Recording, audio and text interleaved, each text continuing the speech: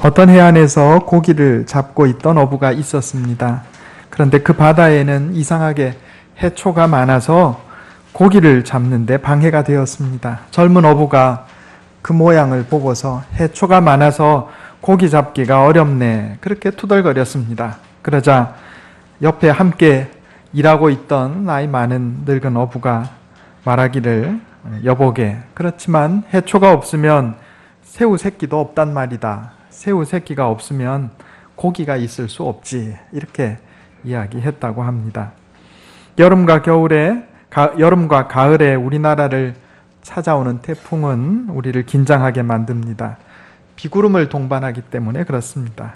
그러나 이 태풍이 없으면 바다 농사를 망치게 된다고 합니다. 태풍이 와서 바다를 휘저어줘야 바닥에 깔려있던 유기물이 올라오고, 그러면 플랑크톤이 번성하게 되고, 플랑크톤이 번성하면 물고기떼가 몰려온다 하는 겁니다. 세상의 큰 바람, 태풍도 하나님의 은총이 그 뒤에 숨어 있는 것을 알 수가 있습니다. 고기 잡는 어부에게 당장의 성가시지만 해초가 고기를 불러 모으는 복덩어리였던 것처럼, 큰 비구름을 몰아오는 태풍은 겉으로 볼 때는 재앙이지만 바닷속까지 뒤집어서 플랑크톤을 번성하게 하고 풍어를 가져오는 복덩어리다 하는 겁니다. 우리 인생에도 해초가 있고 태풍이 있습니다. 당장에 어렵고 힘겹고 고통스럽지만 이것을 믿음과 인내로 잘 이겨내면 풍성한 복을 누리게 된다 하는 이야기입니다. 오늘 본문 말씀에 보면 이스라엘 백성들의 고난에 관한 기록이 여기 기록되어 있습니다. 우리가 잘 아는 것처럼 믿음의 조상 아브라함의 아들 이삭의 아들 야곱에게 12아들이 있었습니다. 그 중에 한 아들 요셉이 형들의 미움을 받아서 이집트에 종으로 팔려가게 되고, 그러나 그 안에서 믿음으로 승리한 것 때문에 이집트의 총리가 되었습니다. 요셉이 이집트의 총리가 된 다음에 가나안 땅에 기근이 들었을 때 자기 형제, 가족 식구들을 다, 부모 형제들을 다 데리고 와서 70여 명 되는 사람들이 이집트에 살게 되었는데, 그 이후 수백 년 만에 70여 명에 불과하던 야곱의 가족이 200만이 넘는 하나의 민족 공동체로 변모하게 되었습니다. 출애굽기 1장 8절 이하에 보면 이집트에 요셉을 알지 못하는 새 왕이 일어나서 이 200만이 넘는 민족 공동체를 이룬 이스라엘 백성들을 핍박했다 하는 기록이 나옵니다. 우리 성경 한번 보겠습니다. 출애굽기 1장 8절에서 11절입니다. 81페이지입니다. 출애굽기 1장 8절에서 11절. 제가 읽겠습니다. 눈으로 따라 읽어주시기 바랍니다. 요셉을 알지 못하는 새 왕이 일어나 애굽을 다스리더니 그가 그 백성에게 이르되 이 백성 이스라엘 자손이 우리보다 많고 강하도다. 자, 우리가 그들에게 대하여 지혜롭게 하자. 두렵건대 그들이 더 많게 되면 전쟁이 일어날 때 우리 대적과 합하여 우리와 싸우고 이 땅에서 나갈까 하노라 하고, 감독들을 그들 위에 세우고 그들에게 무거운 짐을 지워 괴롭게 하여 그들에게 바로를 위하여 국고성 비돔과 람셋을 건축하게 하니라. 아멘. 성경학자들에 의하면 여기 이집트에 요셉을 알지 못하는 새 왕이 일어났다 하는 것은 왕조의 교체를 의미한다고 합니다. 과거에 요셉이 이집트의 총리로 등용되던 당시는 이집트가 이민족인 힉소스족에 의해서 점령돼서 통치되던 시절입니다. 이 힉소스족은 셈족 계열입니다. 이스라엘 사람들이 셈족 계통이거든요.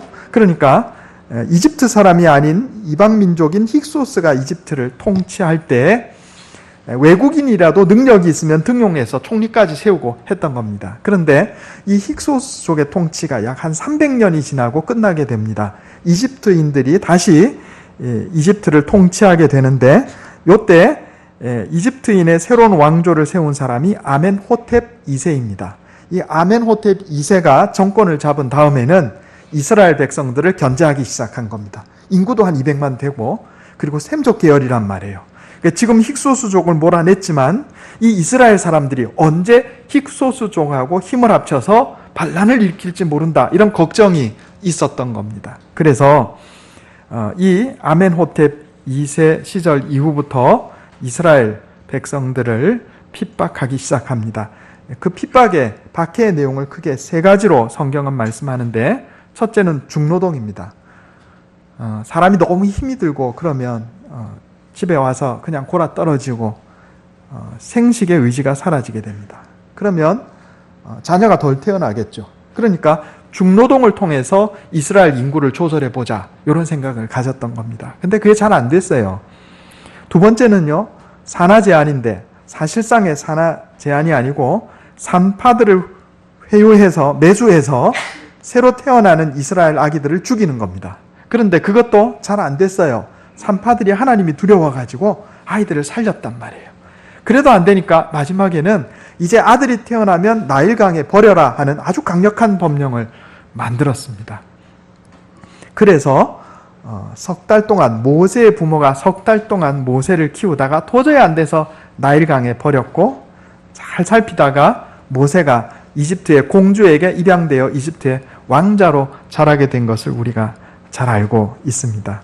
그리고 바로 그 모세가 나이가 40이 되던 때 내가 이스라엘 백성을 어떻게 해방시켜 보겠다, 이렇게 하다가 잘 안 돼서 미디안 광야로 망명을 하고 40년 동안 목동 생활을 해서 모세가 80세 되던 바로 그 당시의 일이 오늘 본문 말씀의 기록입니다.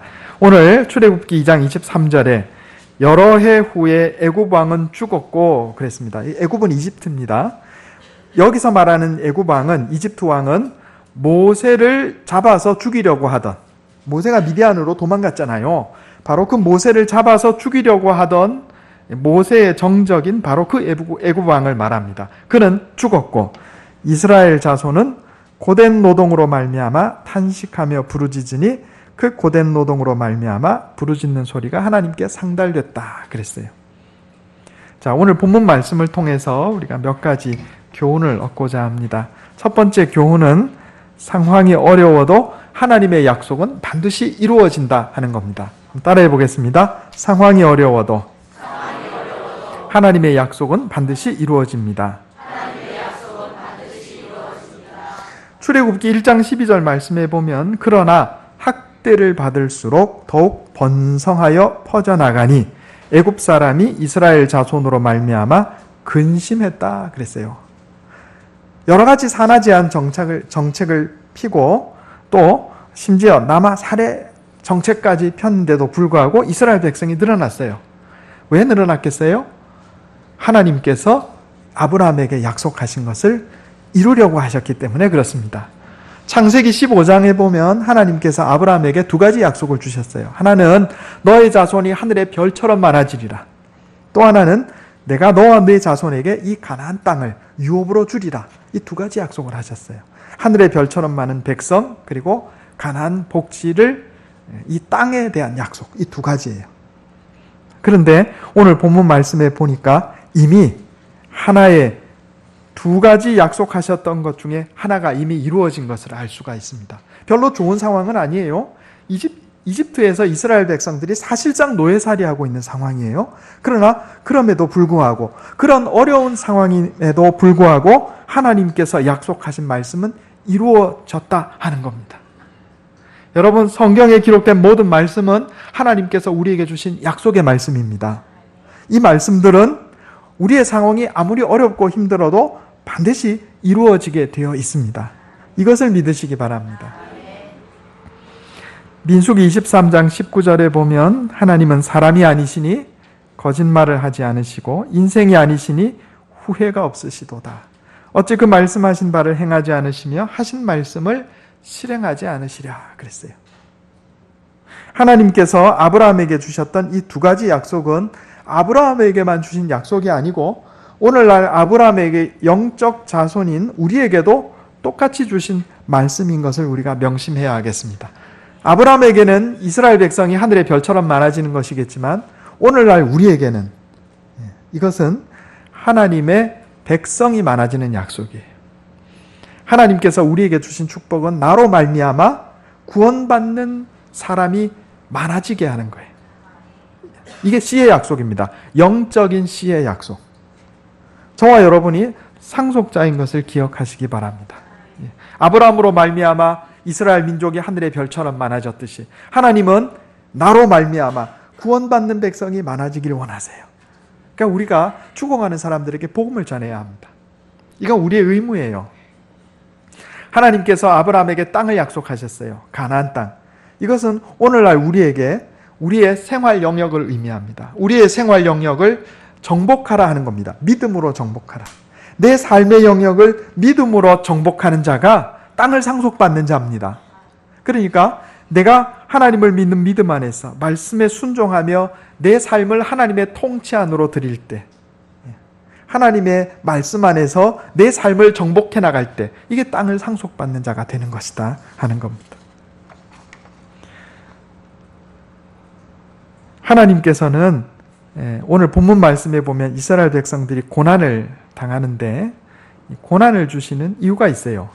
만약에 이스라엘 백성들이요 이집트에서 잘 먹고 잘 살았다면 하나님께서 모세를 통해서 이스라엘 백성들을 이집트에서 끌어내려고 하실 때 이스라엘 백성들이 이집트에서 나가려고 했겠어요? 아니겠죠. 아이고 여기가 좋은데 내가 어디를 갑니까? 아마 그랬을 거예요. 하나님께서 이스라엘 백성들에게 고난을 주셨을 때는 그게 다 이유가 있는 겁니다.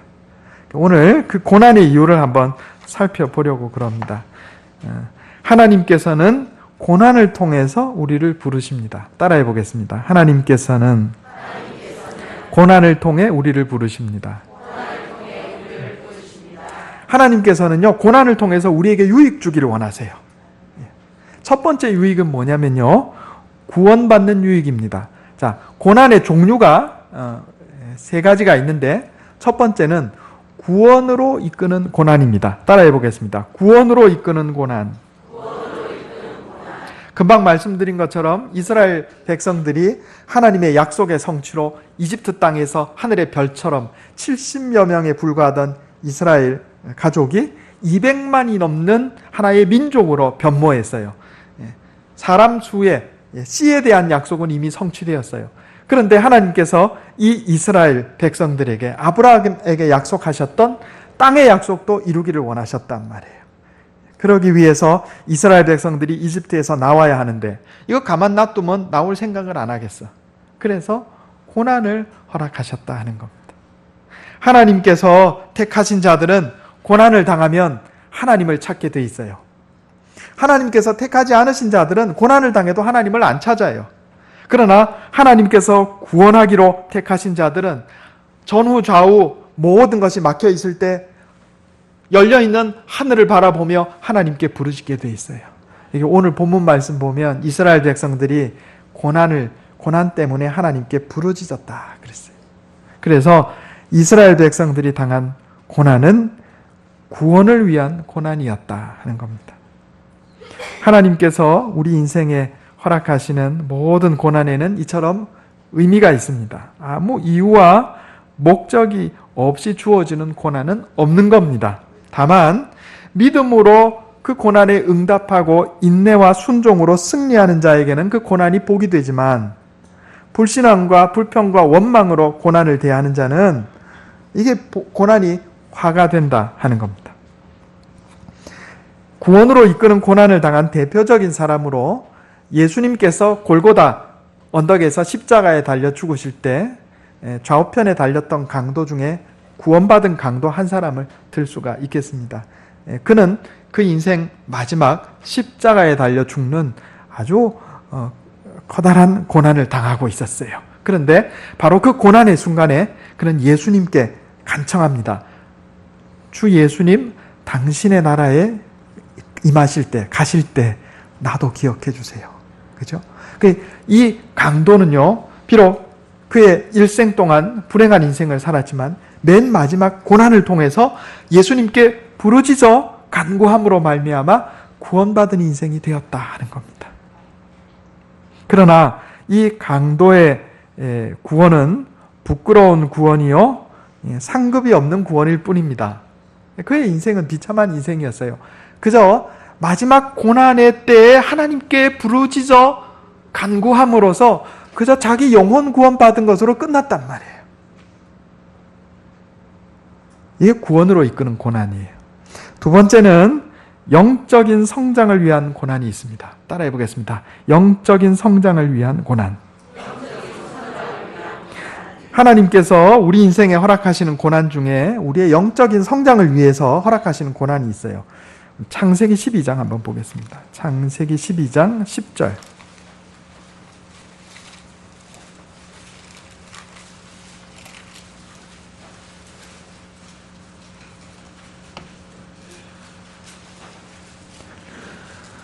제가 한번 읽어보겠습니다. 눈으로 한번 따라 읽어주시기 바랍니다. 창세기 12장 10절. 아브라함에게 일어난 일입니다. 그 땅에 기근이 들었으므로 그 땅은 가나안 땅입니다. 하나님이 아브라함에게 가나안 땅에 머물도록 하셨는데 이 가나안 땅에 기근이 들었어요. 아브라함이 애굽에 거류하려고 이집트로 거류하려고 그리로 내려갔어요. 이사 갔습니다. 이는 그 땅에 기근이 심하였습니다. 그가 애굽에 가까이 이르렀을 때 그의 아내 사라에게 말하되 내가 알기에 그대는 아리따운 여인이라. 애굽 사람이 그대를 볼 때 이르기를 이는 그의 아내라 하여 나는 죽이고 그대는 살리리니 원하건대 그대는 나의 누이라 하라. 그러면 내가 그대로 말미암아 안전하고 내 목숨이 그대로 말미암아 보존되리라 하니라. 아브라함이 애굽에 이르렀을 때 애굽 사람들이 그 여인이 심히 아리따움을 보았고 바로의 고관들도 그를 보고 바로 앞에서 칭찬함으로 그 여인을 바로의 궁으로 이끌어들인지라. 이에 바로가 그로 말미암아 아브라함을 후대함으로 아브라함이 양과 소와 노비와 암수 나귀와 낙타를 얻었더라. 여호와께서 아브라함의 아내 사레의 일로 바로와 그 집에 큰 재앙을 내리신지라. 바로가 아브라함을 불러서 이르되 내가 어찌하여 나에게 이렇게 행하였느냐? 내가 어찌하여 그를 내 아내라고 내게 말하지 아니하였느냐? 내가 어찌 그를 누이라 하여 내가 그를 데려다가 아내를 삼게 하였느냐? 내 아내가 여기 있으니 이제 데려가라 하고 바로가 사람들에게 그의 일을 명하매 그들이 그와 함께 그의 아내와 그의 모든 소유를 보내었더라. 아멘. 아브라함이요 하나님이 약속하신 가나안 땅에 머물렀는데 기근이 흉년이 드니까 이집트로 이사 갔단 말이에요. 하나님께 여쭤보지도 않고. 아브라함이 처음부터 완전했던 사람은 아닙니다. 처음부터 신앙이 좋았던 사람은 아니에요. 그런데 이집트에 갈 때 아브라함이 겁이 났어요. 내 아내 사레가 예쁘니까 이집트 사람들이 나를 죽이고 사레를 데려가 버릴까 봐. 그래서 뭐라고 그래요? 사레한테 누가 묻거든 내 아내라고 그러지 말고 내 여동생이라 그래. 누이라 그래라. 요즘 세상의 말로 하면 이런 쪼다 같은 남자가 없는 거예요. 그렇잖아요. 정말 못난 남자예요. 근데 아브라함이요, 요런 일을 2번을 해요, 2번을. 뒤에 보면 또 나옵니다. 세상에 아브라함 쪼다 같은 남자였어요. 그런데 아브라함의 이 믿음 없음을 통해서 오히려 하나님께서 이게 아주 수치스러운 일입니다. 그런데 하나님께서 바로의 집에 재앙을 내리셔요. 이때 아브라함이 깨닫습니다. 아, 하나님께서 복과 화를 주관하시는 분이시구나. 이집트 왕 그 권세 있는 바로의 집에 하나님이 재앙을 내리시는 걸 보면 내가 가나안 땅에 있어서도 굶어 죽지는 않았겠구나. 깨닫게 되는 겁니다. 이게 믿음이 성장하는 과정이에요. 그래서 아브라함에게 있었던 이 수치스러운 사건, 기근과 이집트로 이사가서 당한 이 수치스러운 사건은 아브라함의 영적인 성장을 위한 고난이었다 하는 겁니다. 이런 것을 우리가 영적인 성장을 위한 고난이라 이렇게 부릅니다. 물론 이 안에 인간의 불순종이 개입이 되어 있어요. 다윗은 시편 119편에서 자신이 당한 어려움과 고난이 자신의 영적 성장의 밑거름이 되었음을 고백하고 있습니다. 시편 119편 67절에 보면 고난당하기 전에는 내가 그릇 행하였더니 이제는 주의 말씀을 지키나이다 그랬어요. 또 시편 119편 71절에 고난당한 것이 내게 유익이라 이로 말미암아 내가 주의 율례들을 배우게 되었나이다 그랬어요. 그러니까 구원을 위한 고난이 있는가 하면 우리의 영적인 성장을 위해서 하나님께서 우리에게 허락하시는 고난이 있다 하는 것을 금방 말씀드렸습니다. 세 번째 종류의 고난이 있는데 이것은 뭐냐면 하나님께 영광을 돌리는 고난입니다. 따라해 보겠습니다. 하나님께 영광을 돌리는 고난. 우리가 겪는 고난 중에 이미 구원받았고 또 영적인 성장도 어느 정도 이루어졌어요. 별로 흠잡을 데가 없어요. 그런데 그럼에도 불구하고 하나님께서 그 사람에게 고난 주실 때가 있어요. 이런 경우는 하나님께 영광을 돌리는 고난입니다. 하나님이 그를 통해서 영광을 받으시려고 그러는 거예요. 대표적으로 다니엘과 그의 세 친구를 들 수가 있습니다. 다니엘 그리고 그의 세 친구 사드락, 메삭, 아벳느고. 이스라엘 유대 나라가 망하고 나서 이스라엘 백성들이 포로로 바벨론에 잡혀갔을 때 소년 다니엘과 그의 세 친구 사드락, 메삭, 아벳느고가요 거기 같이 끌려갔어요. 그런데 이 아이들은 뽑혀서 간 사람들입니다. 자, 그래서 그쪽에서 어쨌든 여러 가지 학문도 배우고 잘 성장하던 중인데, 자, 다니엘의 세 친구 사드락, 메삭, 아벳느고는 바벨론 왕이 세운 금신상에 절을 하라는 명령이 떨어졌음에도 절을 하지 않습니다. 그래서 풀무불에 태워지는 벌을 받게 되었어요. 그런데 사드락과 메삭과 아벳느고가 풀무불에 불타서 죽었나요? 아니에요. 그들은 믿음 안에서 승리했습니다. 털끝 하나 상하지 않고 살아나왔어요. 누가 영광 받으셨어요? 하나님이 영광 받으셨어요. 다니엘도 마찬가지입니다. 사자굴에 들어갔지만 신하들의 모함으로, 다른 신하들의 모함으로 사자굴에 들어갔지만 죽지 않고 살아나왔어요. 이것은 하나님께 영광 돌리는 것이 되었습니다. 물론 이들이 꼭 살아난 것만으로 하나님께 영광 돌린 건 아니에요. 만약에 사드락과 메삭과 아벳느고가 거기서 순교했을지라도, 다니엘의 사자굴에서 죽었을지라도 그들이 당했던 고난은 하나님께 영광 돌리는 고난이었어요. 신약 성경에 대표적으로 스데반을 들 수가 있습니다. 스데반은 복음을 전하다가 사람들에게 돌에 맞아 죽었어요. 그런데 그가 돌에 맞아 죽을 때 얼굴이 천사와 같이 밝아졌다 그랬습니다. 그리고 하늘에 하나님 우편에 예수님께서 계신 것을 보았어요. 스데반의 죽음은, 스데반의 고난은 하나님께 영광 돌리는 고난이었습니다. 스데반의 죽음을 본 사울이 마음의 변화를 일으켜서 하나님께서 들어쓰시는 세계 최고의 선교사가 되었어요. 이방인 선교사. 스데반의 고난은 하나님께 영광 돌리는 고난이었습니다. 예루살렘 성에 핍박이 일어나서 사람들이 흩어져서 이방에 가서 복음을 전한 것, 이것도 예루살렘에 일어났던 그 고난은 하나님께서 영광 받으시는 고난이었습니다. 바울이 귀신 들린 여자를 고쳐주고 그 여종의 주인에게 고소를 당해서 빌립보 감옥에 들어갔지만, 그 빌립보 감옥에 들어갔기 때문에 빌립보 감옥이 열리는 기적이 일어났을 때 그 간수들이 회개하고 빌립보 지역에 첫 교회가 세워졌어요. 바울이 감옥에 들어간 고난은, 바울과 실라가 감옥에 들어간 그 고난은 하나님께 영광을 돌리는 고난이었어요. 우리가 고난을 당할 때 겨우겨우 구원받는 고난, 이런 고난보다는 이왕이면 영적인 성장을 이루는 고난, 또 더 이왕이면 하나님께 영광을 돌리는 고난에 우리가 동참하는 자가 되어야 하겠습니다. 그럼 우리가 고난을 당할 때 어떻게 하면 하나님께 영광을 돌리는 고난까지 이룰 수 있겠는가? 오늘 본문 말씀에 고난 당할 때 이렇게 하면 된다 하는 방법이 기록이 되어 있어요. 뭘까요? 우리 고난 당하면 어떻게 해야 될까요? 부르짖어 기도해야 합니다. 따라해 보겠습니다. 고난을 당할 때 부르짖어 기도합시다. 여기 부르짖어 기도함으로써 고난을 통해서 하나님의 뜻을 성취한 위대한 여인이 한 명 있는데, 사무엘의 어머니 한나입니다. 우리 사무엘상 한번 보겠습니다. 사무엘상.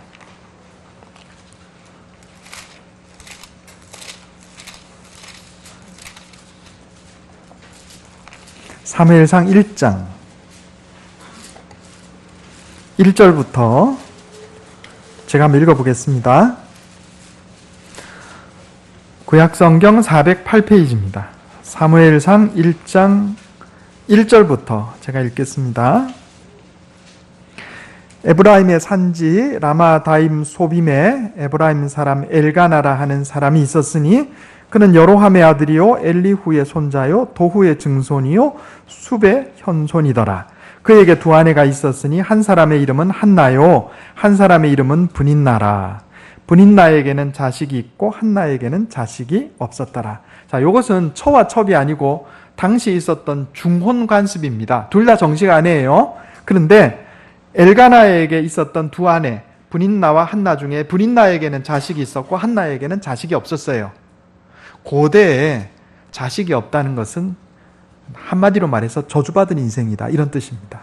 한나가 얼마나 마음이 아팠겠어요. 그러나 엘가나가 좋은 남자였어요. 오늘 본문에 보면 여기 4절에 1장 4절에 엘가나가 제사를 드리는 날에는 제물의 분깃을 그의 아내 브닛나와 그의 모든 자녀에게 주고 한나에게는 갑절을 주니 이는 그를 사랑함이라. 그러나 여호와께서 그에게 임신하지 못하게 하시니 여호와께서 그에게 임신하지 못하게 하심으로 그의 적수인 브닛나가 그를 심히 격분하게 하여 괴롭게 하더라. 아멘. 엘가나는 좋은 남자였어요. 그래서 한나에게는 브닛나에게 주는 것에 갑절에, 자, 하나님께 제사 드리고 남은 거, 이거 갑절을 줬단 말이에요. 그러니까 브닛나가 자식 없는 한나의 마음을 격동시켰다, 이렇게 성경 기록합니다. 그런데 여기 오늘 본문에 중요한 말씀이 있어요. 한나가 임신하지 못하게 하신 분이 누구예요? 여호와. 두 번이나 나와요. 자, 5절에 후반에 여호와께서 그에게 임신하지 못하게 하시니, 6절에 여호와께서 그에게 임신하지 못하게 하심으로. 성경에 반복되는 건 중요한 겁니다. 강조하는 거예요. 아니야, 하나님께서 한나에게 무슨 억하 심정이 있으셔가지고 브닛나에게는 자식을 주고 한나에게는 자식을 안 주셨을까요? 왜 그러셨을까요? 하나님께서 한나를 통해서 이루고자 하시는 뜻이 있으셨어요. 여러분, 고난에는 뜻이 있어요. 따라해 보겠습니다. 고난에는 뜻이 있다. 고난에는 하나님의 뜻이 있다. 고난에는 하나님이 이루고자 하시는 목적이 있다. 한나에게는 죽음보다도 더한 고통이었는데 이 고난을 허락하신 분은 하나님이라고 성경은 분명히 기록하고 있어요. 자, 이때 한나가 자식이 없어 괴롭고 자식이 많이 있는 브닛나가 심정을 격동시켜서 괴롭고, 이때 한나가 어떻게 대처했어요? 브닛나 머리 끄댕이 잡고 그래, 너 죽고 나 죽고 한번 싸워보자, 이래 했나요? 아니면 남편 엘가나 목을 한번 조르고 나 이제 죽을란다, 그리고 자살 바위에 올라가서 나 이제 죽을 거요, 자살 소동 벌였나요? 아니에요. 어떻게 했어요? 하나님께 부르짖어 기도했어요. 고난당하는 자는 하나님께서 내게 고난을 주셨을 때는 하나님 이루고자 하시는 뜻이 있어요. 나를 구원하기 위해서 고난을 주시든, 나를 영적으로 성장시키기 위해서 고난을 주시든, 아니면 나를 통해서 하나님께서 영광 받으시기 위해 고난을 주시든, 그 뜻이 있는 거예요. 그러면 우리는 고난받을 때 어떻게 대처해야 하는가? 원망 불평하고 나를 괴롭히는 사람 머리끄댕이 잡고 싸우고 나는 죽어야 되겠다, 자살 바위 위에 올라가서 광안대교 올라가서 자살소동 벌이는 게 아니고 어떻게 해야 돼요? 하나님께 부르짖어 기도해야 하는 겁니다.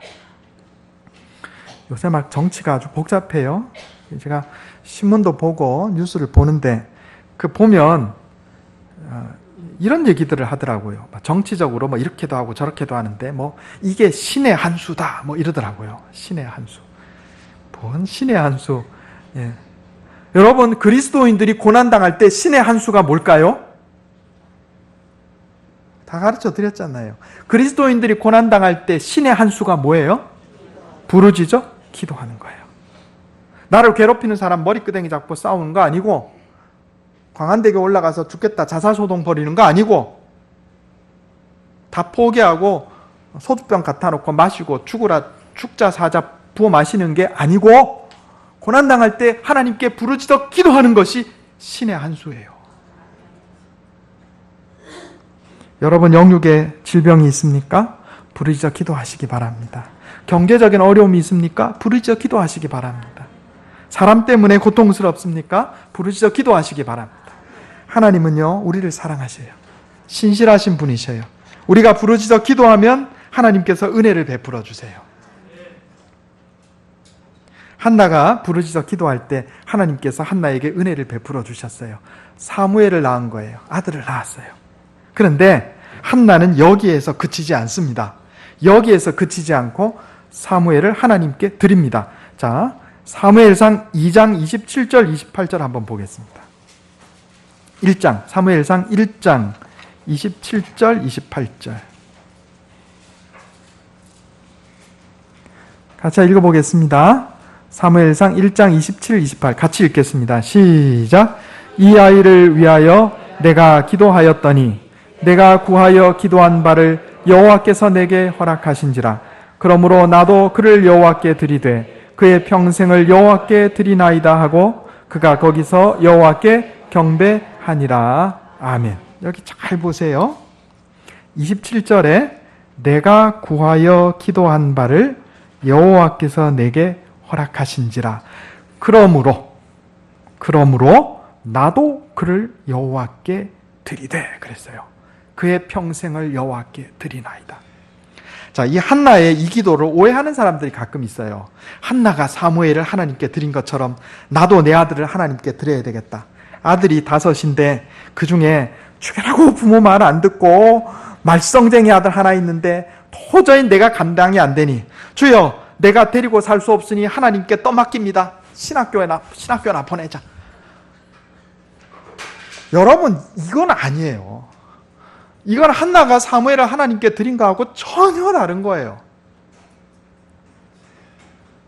한나가 사무엘을 하나님께 드린 것은 아브라함이 이삭을 하나님께 번제로 드린 거하고 별로 다름이 없는 거예요. 아브라함이 75세 때 하나님의 부름을 받고 25년 만에 하나님이 약속하신 아들을 얻은 것이 이삭입니다. 그런데 갑자기 하나님께서 아브라함에게 너 이삭 나한테 번제로 바쳐라 그랬단 말이에요. 그래서 사흘길을 가서 모리아산은 예수님께서 십자가에 달려 죽으신 바로 그 예루살렘 산을 과거에 모리아산이라고 불렀어요. 같은 장소예요. 모리아산에서 하나님께서 네 아들을 내가 필요하다. 네 아들 내게 번제로 바쳐라 하니까 자기 생명보다 귀한 아들을 하나님께 번제로 바치려고 칼을 들어서 죽이려고 하는데 하나님이 부르셨어요. 아브라함아, 이제 네가 나를 사랑하는 줄 알겠다. 한나에게 사무엘은 그런 의미입니다. 한나가 사무엘을 하나님께 드렸을 때 상황을 볼까요? 당시 제사장이 엘리 제사장이에요. 그런데 엘리 제사장에게 2 아들이 있었는데 이 2 아들이요 아주 타락한 제사장들이었어요. 그래서 하나님께 바칠 제물 중에 제물 바치기도 전에 삼지창 가지고 와가지고 제일 좋은 고기 골라가지고 뺏어가고 제대로 된 하나님의 종이 없던 시절입니다. 엘리가 죽고 나면 하나님의 종의 사명을 감당할 자가 없던 시절이에요. 한나가 살펴본 겁니다. 하나님, 제게 제 목숨보다 귀한 아들을 주셨습니다. 그러므로 내가 하나님께서 필요로 하시는 것을 드리겠습니다. 하나님, 뭐가 필요하십니까? 내가 드릴 수 있는 것 중에 하나님께서 필요로 하시는 것이 무엇입니까? 뭐예요? 신실한 종. 한나는 하나님께서 자기에게 은혜를 베풀어 주셨기 때문에 내 삶에서 가장 소중한 아들이지만 하나님께서 필요하시니 내가 드리겠나이다. 이렇게 나온 거예요. 우리 한나를 잘 살펴봅시다. 한나에게 아들이 없는 문제는요, 고통스러운 인생의 문제였어요. 그의 인생의 괴로움에서 구원받을 방도는 아들이 생기는 거였어요. 한나의 고난은 처음에는 구원받기 위한 고난이었어요. 인생의 괴로운 문제에서 구원받기 위한 고난이었어요. 그런데 한나가 여기에 믿음으로 응답했을 때 분인나 머리끄댕이 잡고 싸우지 않고 자살 바위에 올라가서 나 죽으니 당신 엘가나 알아서 하소 이렇게 자살 도동 벌리지 않고 하나님께 부르짖어 기도했을 때 한나의 고난은 한나를 영적으로 성장시키는 고난으로 변화된 겁니다. 고난의 의미가 바뀌었어요. 보통 여기서 끝나요. 보통 우리가 하나님께 막 부르짖어서 하나님 내 기도 응답해 주셨어요. 하나님 은혜 베풀어 주셨어요. 아멘, 감사합니다. 주신 은혜로 잘 먹고 잘 살겠습니다. 땡! 여기서 끝난다고요, 보통. 그런데 한나는 여기서 한 걸음 더 나갔어요. 주님, 내게 은혜 베풀어 주셨나이다. 그러면 이제 내가 주님께서 필요하신 것을 드리겠나이다. 이게 아브라함이 여기까지 나갔고 한나가 여기까지 나간 거예요. 그리고 바로 이 한나가 자신의 아들 사무엘을 하나님께 드렸을 때 이 사무엘은 이스라엘 백성들을 구원하는 위대한 종으로 사용이 되었던 겁니다. 이 하나님께 영광을 돌리는 고난으로 고난의 의미가 변화됐어요. 이걸 우리가 대속적 고난이라 그래요. 한나는 부르짖어 기도한 후에 하나님의 은혜로 응답을 받고 문제가 해결된 것으로 끝낸 것이 아니라 영적인 성장을 이룬 거에 더 나아가서 자신의 목숨보다 귀한 아들을 하나님이 필요로 하시는 곳에 드렸습니다. 최종적으로 이스라엘을 구원하는 사무엘 선지자를 세상에 출현시키는 하나님께 영광을 돌리는 고난이 되었다 하는 겁니다. 무엇이 한나의 고난의 의미를 변화시켰나? 한나의 믿음의 응답이 그 고난의 의미를 변화시킨 겁니다. 여러분, 우리가 고난을 당할 때 어떻게 해야 되겠어요? 고난을 당해도 하나님께 부르짖을 생각도 않고 그냥 나는 죽을란다, 그리고 구원받지 못한 채로 지옥에 떨어지겠어요? 아니면 하나님께 부르짖어 하나님을 찾음으로 구원받은 인생이 되겠어요? 더 나아가서 고난을 당할 때 믿음으로 응답하고 말씀으로 순종함으로 세상적인 방법 쓰지 않고 극복해냄으로 영적인 성장을 이루어내겠어요. 더 나아가서 하나님께서 내게 은혜를 베푸셨을 때 나 혼자 잘 먹고 잘 살겠나이다, 거기서 끝나는 것이 아니라 하나님 내게 은혜 주셨사오니 이제 내가 주님께 무엇을 드리리이까? 한나와 아브람처럼 응답해서 내 고난이 하나님께 영광 돌리는 고난이 되기까지 승화시키겠습니까? 어디까지 나아가야 되겠어요?